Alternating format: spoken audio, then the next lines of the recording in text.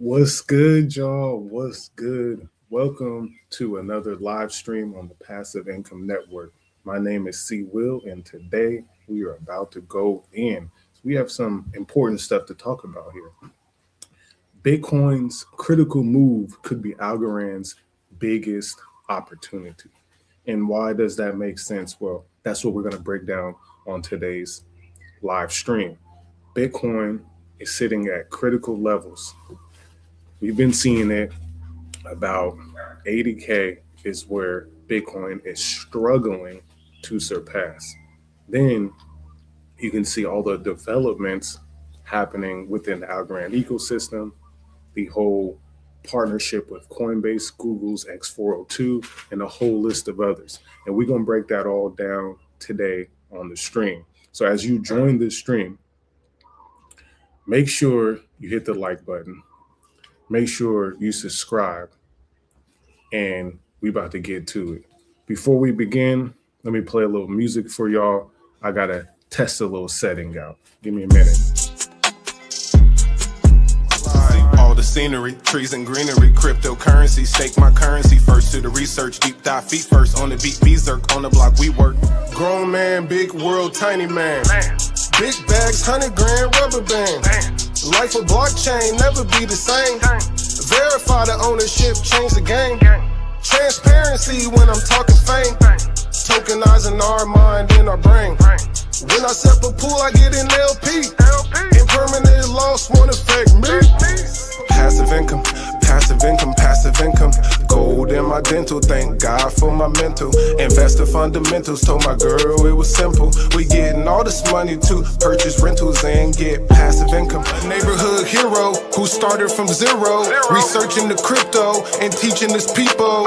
Collecting some euro in Europe for crypto. Spending that dinero on chain with Circo. On chain money market, on folks where I park it. USDC for profit, crypto still popping. All right. We are back. I need y'all to test for me. Make sure you leave a comment as you join the stream. I need to make sure that my comment section is turned on. It's having a little trouble here, but I want to make sure that it's all working out before we begin. So as you join the stream, say what's good. Let me know where you at so I can know this comment section is working, that we got it popping in here. And if y'all have any questions or suggestions, we can go ahead and do that. Okay, so let me know what y'all got.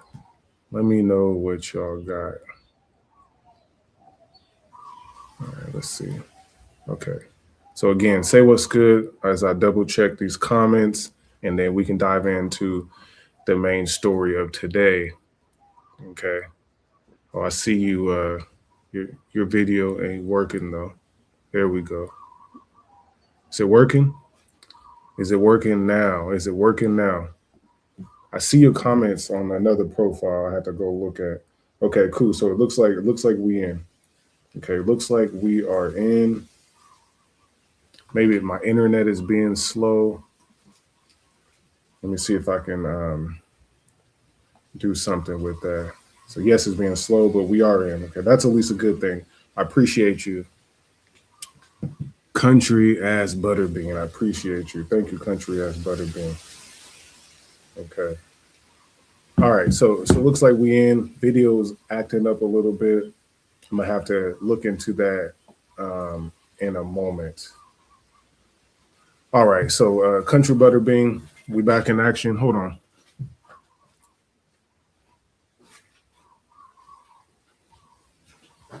We back in action, Butterbean. We back in action. Okay, it looks like the chat's working. All right, so listen up. My video is live. Okay, listen up, y'all. So again, we have some stuff happening in the United States right now that's very important to discuss. Okay, and so we're going to start this off going right on into the decisions over here at the Fed. And why is this very important? We have Jerome Powell, the Fed chair that we've been all seeing over the past, 8 years, 10 years or so. He's gone. So if we go look at this new Fed here, so this is the new Fed. Kevin Warsh, the new Fed nomination by Donald Trump, okay, as the next Fed chair is expected to cause short term cryptocurrency volatility and potential price corrections historically seen during Fed leadership change. So, this is something we have to put on the radar that when Jerome Powell leaves and goes into a regular chair, Fed position, the new chair, Kevin Walsh, who's historically been real hawkish, right? I think that's the right term, hawkish. And when this transition happens, the markets usually react in a crazy way. So volatility, the leadership changes. Despite his reputation as a pro-crypto candidate, while expected to lower interest rates to boost liquidity, Warsh's immediate focus on hawkish, rules-based policy to fight inflation could create short-term pressure on Bitcoin. So then we got this clip here I want to show you, which I thought was very interesting. Let's play it from The Wolf of All Streets. Now, the next story that I just want to touch on is this one right here. So this is the story you'll read on the mainstream media. Fed Chair Powell confronts his final big decision, stay or go. For our purposes, we'll let Bloomberg and Fox Business and Yahoo Finance on their other shows unpack the implications of Jerome Powell potentially leaving, whether he won't, what Kevin Warsh means. All I know is that Kevin Warsh is a crypto degen. This guy, that's not the picture I meant to bring up. I'm just kidding. He was called a sock puppet there. And then, last week we talked about his hair. It's amazing. He looks like Dark Helmet. And I'm going to be honest, 10 minutes ago, we were working on memes and we settled on this one. He's a sock puppet who's also Dark Helmet, who's testifying in Congress. But either way, Kevin Warsh, as I told you last week, has a massive crypto portfolio, over 30 investments. He's not going to use his position at the Fed to pump his bags as much as people in the crypto media might say. So he's going to divest his interests. But the story to me is that having this crypto-friendly Fed chair means you have somebody who actually understands the industry, actually understands the asset class, how it works, how it moves. You can see this through where he's actually allocated his capital, who's going to be in charge of one of the largest agencies that's not officially a part of the United States government, the Fed. You align this with a Paul Atkins, who's a crypto believer at the SEC, with Michael Seelig, who's a crypto believer at the CFTC, and you can see exactly where the puck is moving. We have a lot of very smart people who are very, very passionate about crypto in major positions of power, and in my estimation, that is only a good thing. So I assume that Warsh will get confirmed at some point. I do assume that Powell will step out of the way. We curiously had the DOJ drop their probe that was the blocker just in time for Warsh to likely get brought in. So I think that this is a massive positive for the crypto industry. Okay. Have you ever wondered where real confidence? Let me close that. So you heard it right there. I thought that was a great breakdown. So I wanted to show y'all what was going on there. And hearing about the new Fed being essentially pro-crypto. He has a big bag. Obviously, he's going to want his bags to go up. We have a lot of people in this administration or just in Congress in general who are pro-crypto. So we're hoping that crypto doesn't do a crazy, pullback. We just want it to stabilize, but we have to expect that to happen. A dip probably will come. However, in the long term, I think he should be very positive for crypto as he's a crypto holder. As this whole administration figures out the Clarity Act and this and that, we can hopefully see some upside. That's what I'm thinking. So that's an update on the new Fed chair. And then the next update I have for you is about the Clarity Act, essentially. And this is with the battle between banks and the rest of the pro-crypto people. And it's kind of crazy that, banks obviously have a massive influence. So here's a post. The Clarity Act will hit a wall. Key Senate Democrats are now refusing to back the bill unless it includes strict ethics rules targeting the Trump family's $1 billion crypto empire. Hey, listen, this man made some crazy money off of crypto. A lot of people don't like that. He's getting sued by Justin Sun as well, the Tron founder. It's about to get real messy, and obviously Trump has a history of filling his pockets. Before y'all say Obama and Biden and all of that, Trump's the president right now, and he has made more money off of crypto than any other president. Okay, and it did come out during Obama's administration, but it's kind of crazy that his token crashed like crazy. World Liberty Financial, they're taking out loans, they're freezing accounts, they're doing a lot of unethical things. So let's just see what Trump has to say. Let me see this.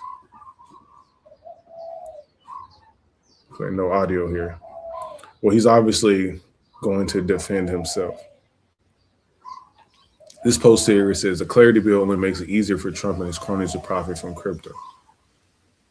Yeah, we will see, but I think they already made their money. They definitely already made their money, so it kind of doesn't even matter.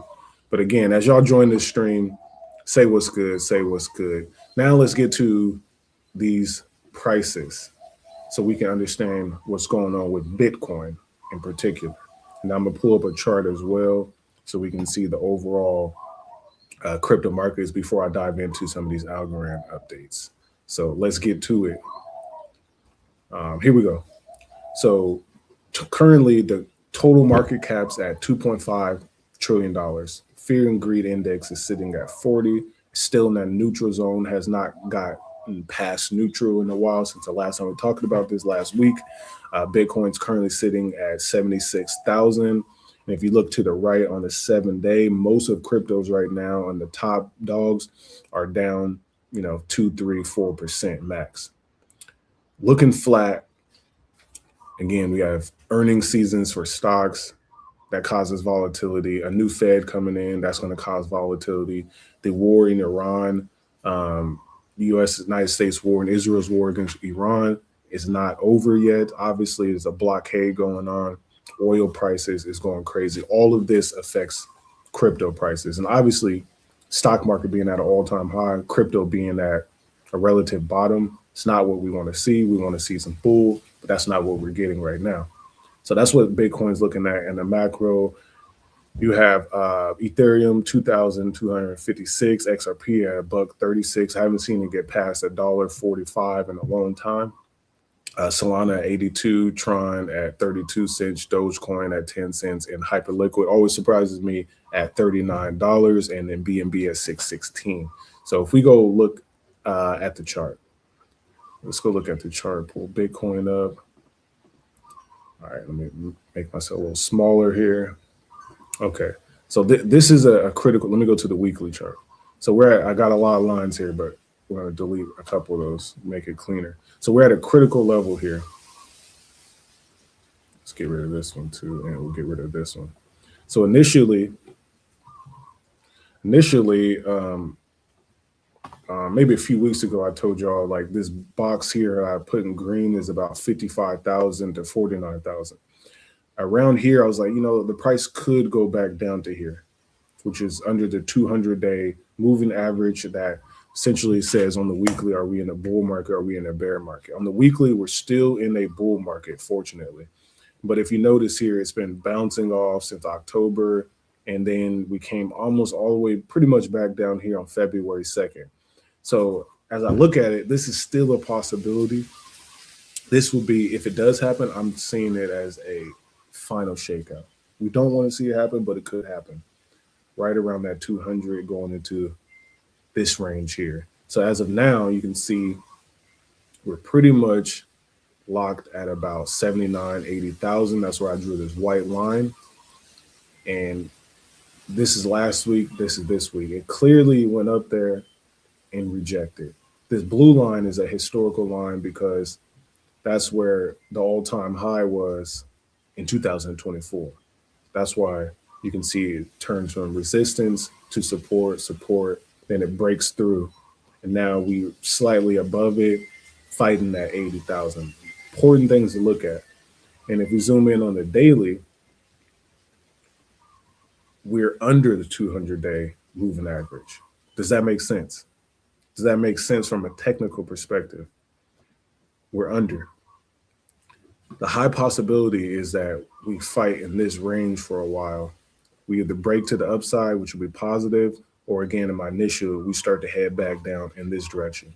And right now, since everything is so fragile, a tweet could do it, another war announcement could do it, anything could happen. What's good, Philip Riley? What's good? What's good? Appreciate you for joining the stream. We're gonna get to algo in 1 minute.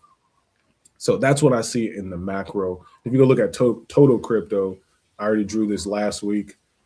Same thing. It's most likely this is the scenario, but a tweet could send us back down. Okay, that's what we got there. And then I want to show this. I used to listen to Blockchain Backer all the time. Um, he got a post up as well. So he said it is totally normal to feel bored and checked out right now. This is how the market always acts after bear markets, as it's bottoming and trying to rebuild itself. Enjoy life, smell the spring roses, have some fun. The exciting times requiring our constant attention will return. Then he pulls up the Bitcoin chart. He got his EMAs. He got all these scenarios essentially here. And what he got is Bitcoin. Essentially, if you look at different scenarios here, he got his 200 on there, SMAs. He see Bitcoin's kind of following the trend that he's kind of outlining. So this is a possible scenario. This is more of the one I just talked about, heading back down to about 50. And then you got a nice in the middle neutral scenario in the blue here. Either way, long term, he also believes it is a total upside from there. So that's what we got for charting. That's what we got for Bitcoin. And that's what I see too. Always three scenarios to look at. So my comments are not pulling up on my screen, so I'm gonna go look at my phone. Let me see. What do you think about Ondo? Yes, we're good. Next stream, I'll do a deeper dive on Ondo. I like Ondo. I hold a little bit of Ondo. Definitely underwater. Talked to y'all about that before. But will I dollar cost average? I'm not quite sure. But I'll put a note in and I'll go deeper on Ondo in the next stream. Highly likely just tomorrow. I'll go in on that tomorrow. But Ondo, yeah, I like Ondo. I think what they're doing with tokenization is really interesting. And I'll play it tomorrow when I go deeper on Ondo. I'll play a clip for y'all. I was listening to an interview about how Ondo could be part of the process of facilitating trillions of dollars in tokenized assets. That's stocks, that's equities, that's gold, that's silver, that's bonds, all of it, especially for international markets. Ondo is positioned with BlackRock as well, Franklin Templeton. They have a lot of partners. So tomorrow, I'll dive deeper on that. Let me know if y'all got any more questions, and I'll answer them. But otherwise, yeah, it's going to be a good one. So I got that in my notes to talk about Ondo. All right, so we're going to get to Algorand now. And as I said, Bitcoin's critical move could be Algorand's biggest opportunity. So obviously, you want Bitcoin to go up. Bitcoin going up helps Algorand's chances just like it helps all of crypto. But what I'm seeing is that Algorand is developing right now on this foundation side, its ecosystem side, its technical side, all the quantum papers coming out, that puts a good spotlight into Algorand if Bitcoin runs. If Bitcoin doesn't run, all it does is give Algorand more time to stay in the news and stay bullish. Obviously, we want the run though. Now, this one here is a post from Algorand developers. Mark, he's the chief operating officer, marketing person, teasing ALGO Kit 4.0. Building on Algorand is about to get a lot easier. With upcoming updates, AI-powered tooling will help developers significantly reduce the complexity of creating smart contracts. Another step toward making Web3 development more accessible. So let's watch this one. The next version, AlgoKit 4.0, which is one that we're actively working on that will release in the next couple of months, will be very much AI focused and will basically enable developers to, I'm not going to say completely vibe code a smart contract, because of course you want the audit and the security and everything that's alongside with it. But it will basically be a big step forward in terms of reducing that complexity further by including AI capabilities into it and vibe coding capabilities into it. And so we're very much looking forward to that, because that's going to be another fundamental reset of how difficult or how easy it actually is now to develop any innovative Web3 solutions on Algorand. So obviously here the whole point is to make sure Algorand is easier to be developed. And they've been working on AlgoKit for a minute. Remember, John Allen Woods was a big proponent in developing AlgoKit. Shout out to John. I got a clip from him in a moment. All right, so this one here has been basically one of the biggest announcements that they have announced recently, and people have always been asking like AVM, EVM, right? And that's Algorand's virtual machine versus Ethereum's. Other ecosystems has their own, but in general, most blockchains are compatible with Ethereum. Algorand isn't, and now we have some type of way. Use any EVM wallet on Algorand. X-Chain accounts are now live with MetaMask, Rappi, and Coinbase wallet. So you can essentially use an Algorand ecosystem application via a Coinbase wallet, Rappi, or a MetaMask. X-Chain. That's a big development for Algorand for sure. It simplifies the complexity in ways. So the post says the EVM ecosystem has over 30 million monthly active users. Until today, none of them could access Algorand's dApps without creating a new wallet. That changes now with X-Chain accounts. X-Chain accounts launches today with Alpha Arcade. That's the top prediction markets, the world's best prediction markets, as they say. One of the top prediction markets in crypto by transaction volume. Connect with supported EVM compatible wallets like MetaMask, Rappi, Coinbase, or any other EVM wallet. No new wallet or seed phrase is required. I think it's smart for them to immediately share this with Alpha Arcade because prediction markets are obviously very popular. Now let's get to it here. Big news for prediction fans.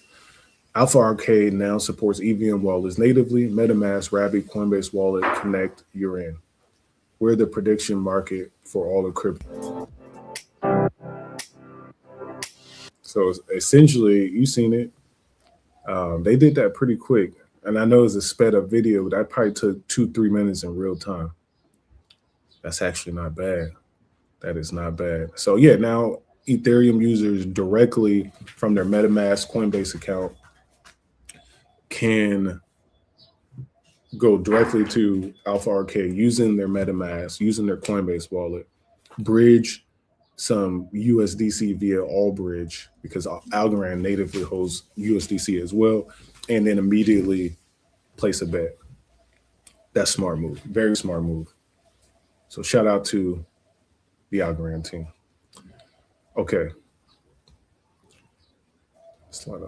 Okay, what we got? What I got for y'all next?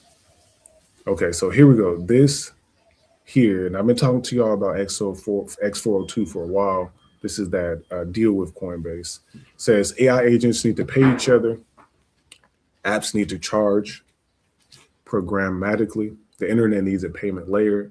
Algorand is now fully supported across X402 facilitators, demo pages, and official pages. Start building. Okay. And then we got and this is for the people who are trying to integrate. Some of y'all may be building AI agents and whatnot. Some of y'all might be doing that. Let's see. It goes to this comment here. Nobody said crypto is easy. Nah. We keep waiting. Hey, listen. It has not been easy. It's been a grind for me since I've been in crypto.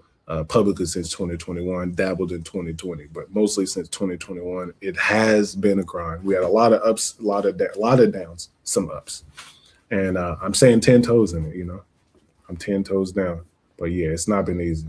But we still here. So again, for the X402, right? We have the information here.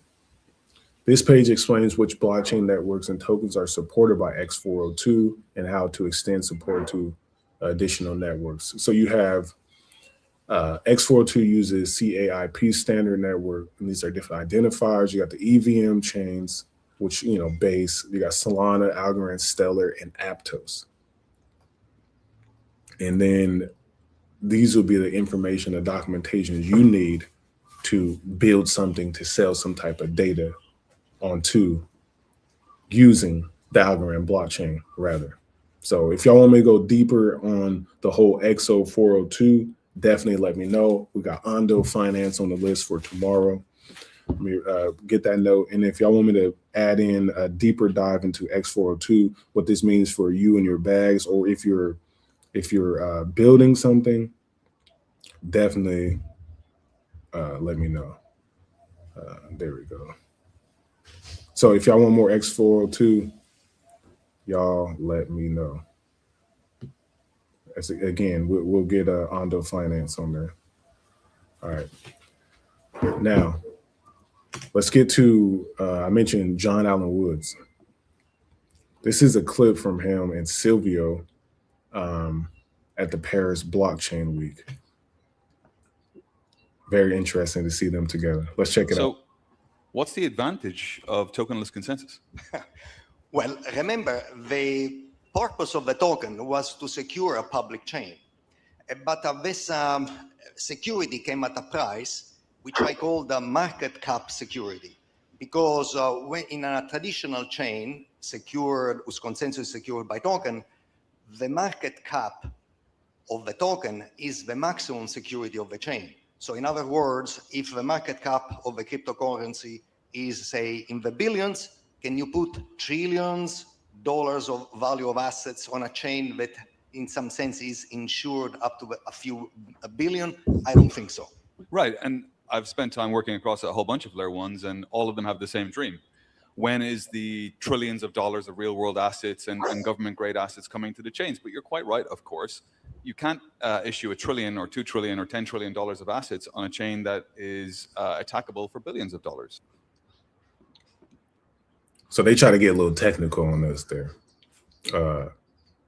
They try to get technical. So it's good to see John, but yeah, definitely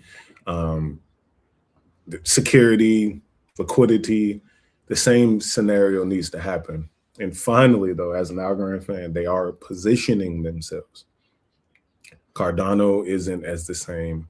Hedera is doing different positioning. Stellar Lumens, I talk about some of these ones because I think their positioning is great. Obviously, XRP has great positioning. There's a few layer ones that actually, I believe, and this is the same ones from a few years ago, that are putting themselves in position. The journey is definitely taking longer than we have expected, but here we go. It's happening. All right, and this is the final clip I got for y'all.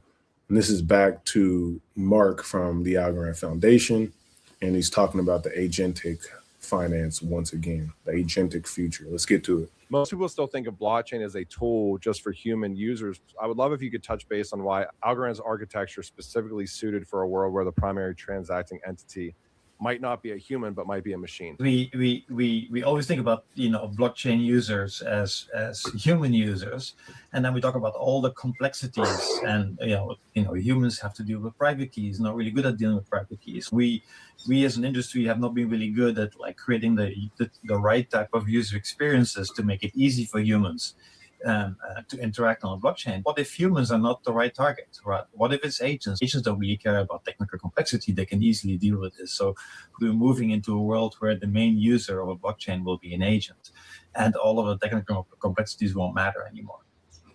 So I do think it's very interesting that essentially the whole crypto industry is pretty much moving to agentic finance, agentic commerce. Maybe crypto was actually built for AI, but we all got our hands on the blockchain first, became the experiment to see if it actually works. And now they're plugging in the machines into the blockchain technology. Maybe that's what's actually going on. That's my theory. All I do know is this: as an investor, I want to make sure I have my hands on some of the AI infrastructure, some of the AI brain, some of the AI related energy, tooling, et cetera. And also I want to get my hands on blockchain. Because if those two are merging, and we are obviously in a world that is AI capable, AGI may come, humanoid robots, this is getting crazy, y'all. But that's what I got for you today. Bitcoin's critical move could be Algorand's biggest opportunity. I broke down the crypto Bitcoin price charts, what I see could potentially happen, the likely possibilities and scenarios. And then we dove into a lot of the Algorand updates. That's what I got for y'all. Appreciate you. Make sure you hit that like button. Make sure you say what's good. And before I go, let me check these comments because, again, they weren't popping up on this screen. Let's see what we got. Let me see. I am not sure what that is, the X402. So I'll do the X402 on tomorrow's stream along with Ondo Finance. We about to go in deep on it. We'd have to double check. So I got you. I'll break it all down tomorrow. My question is, why would Solana, ETH, and a bunch of others be considered for a large amount of capital to be put in when they have gone down or been hacked? Algorand's best option. Yeah, well, that question is because Solana essentially has the most volume out of all of crypto. Ethereum has the most capital already deployed, like total value locked, money that's in smart contracts. So those two in general, those are the reasons. Retail volume, and it's mostly, Solana is mostly gambling with meme coins. Ethereum is like Aave type platforms, and they both obviously have issues. Ethereum's expensive, still a little clunky, still got great security, even though some platforms don't, like Aave, some of their contracts recently. And then they have all those streams of layer ones, and then you have Solana just in general. It goes down, it's not that secure, it's failed transactions, but users are there. And that's why I think agentic commerce and all the things that's happening, Algorand in a blockchain like Base could be the next big winners. Take care, bro. I'm gonna try to catch more streams. I appreciate it. Usually my new schedule is about Tuesdays and Thursdays around this time. Got caught up this week, a little busy, so I had to go Friday, and I'm about to go back in tomorrow on Saturday. Tomorrow, we're going to talk about Ondo Finance and X402 agentic commerce in a deep dive. I appreciate y'all for tapping in. Y'all take care too. See you on the next stream. Y'all have a blessed day. Passive income, gold in my dental. Thank God for my mental. Investor fundamentals, told my girl it was simple.